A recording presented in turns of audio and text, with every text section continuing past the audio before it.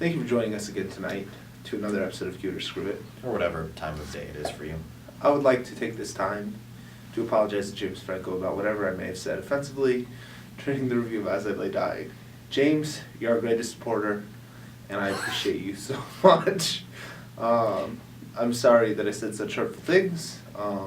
Please stop trying to kill me. And I'd like to take this opportunity right now to apologize in advance for anything else I may say about Billy Baldwin in the future.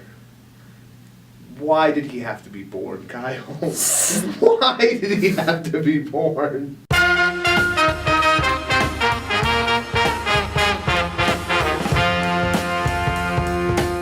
Welcome to this week's episode of Cue It or Screw It, the show where we tell you what to put in your Netflix queue and what to keep off of it. Or screw, as we put it. We're really cute about so that. Affectionately. So the movie that we reviewed this week is Sexy Evil Genius. A movie starring Seth Green, Michelle Trachtenberg, and one of the many Baldwin brothers. I actually enjoyed this movie a lot. Like, it was one of those where I was like, it might be alright, but I found myself, like, really enjoying this movie. I, on the other hand, it was a really dialogue-intensive movie, and I didn't think the dialogue was all that great. Kyle disagrees.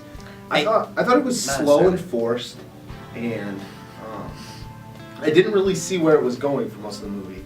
You kind of start to understand things towards the end, and there's a little bit of payoff, but I didn't think there was enough payoff to make up for the fact that the beginning just...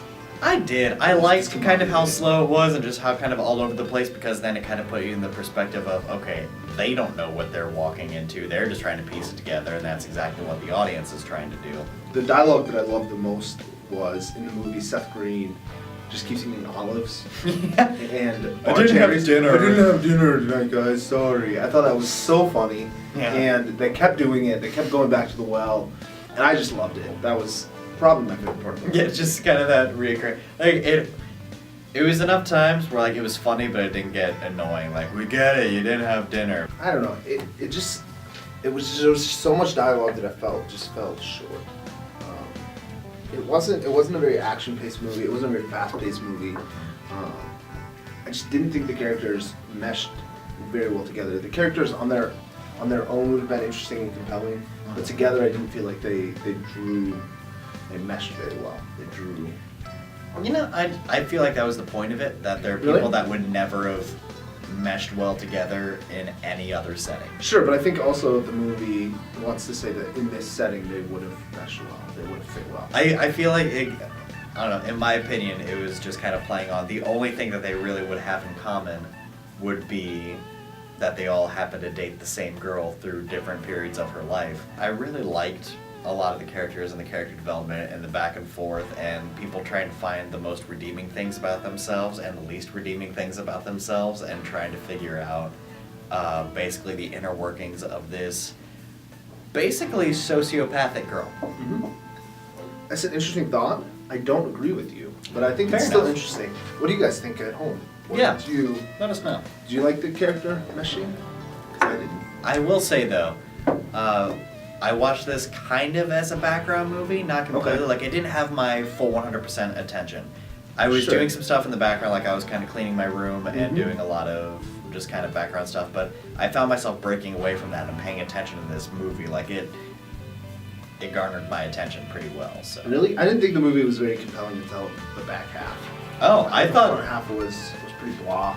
I liked the front half just as much, honestly, just kind of the setup. It seemed kind of slow, but I felt like that was kind of the point of the movie and really putting you in the perspective of those characters was we're kind of here, we're just waiting, we're kind of anxious, we don't know what's going to happen, so how can we possibly pass the time? And so I guess I found myself connecting to it on that level, and that's why it worked for me in particular.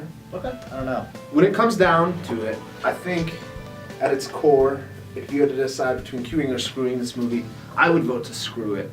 I just think a dialogue-intensive movie needs to have really well-written, compelling, interesting dialogue, and this movie just didn't have that consistently. I would say cue it. I'll be on the other side of the coin this time. I would say cue it if you want something, if you like the characters, or not necessarily the characters, but the actors in particular. Like, if you like Seth Green, this is a good highlight of Seth Green. If you like Michelle Trachtenberg, good thing for her.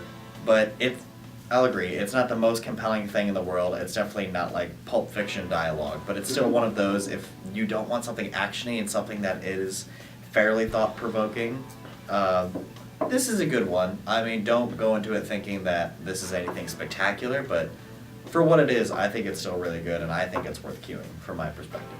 For what it is, really good. I found myself liking it a lot, so hopefully you will too. It looks like Kyle and I are at an impasse on whether or not you should cue it or screw it. Yeah, but let us know what you think. In the next few days, I'm going to set up a poll, and we'll have you guys tell us when you watch it, or if you watch it, whether or not you would cue it or screw it. And we'll let people know in the next few episodes or on our blog the results of that. Yeah, and you can find that on our blog spot, which we'll put right here.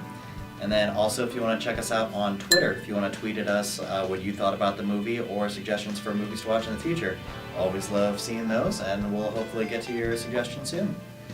Yeah. Until next time, I'm Kai Hogan. And I'm Andrew Keeter. Keep on queuing.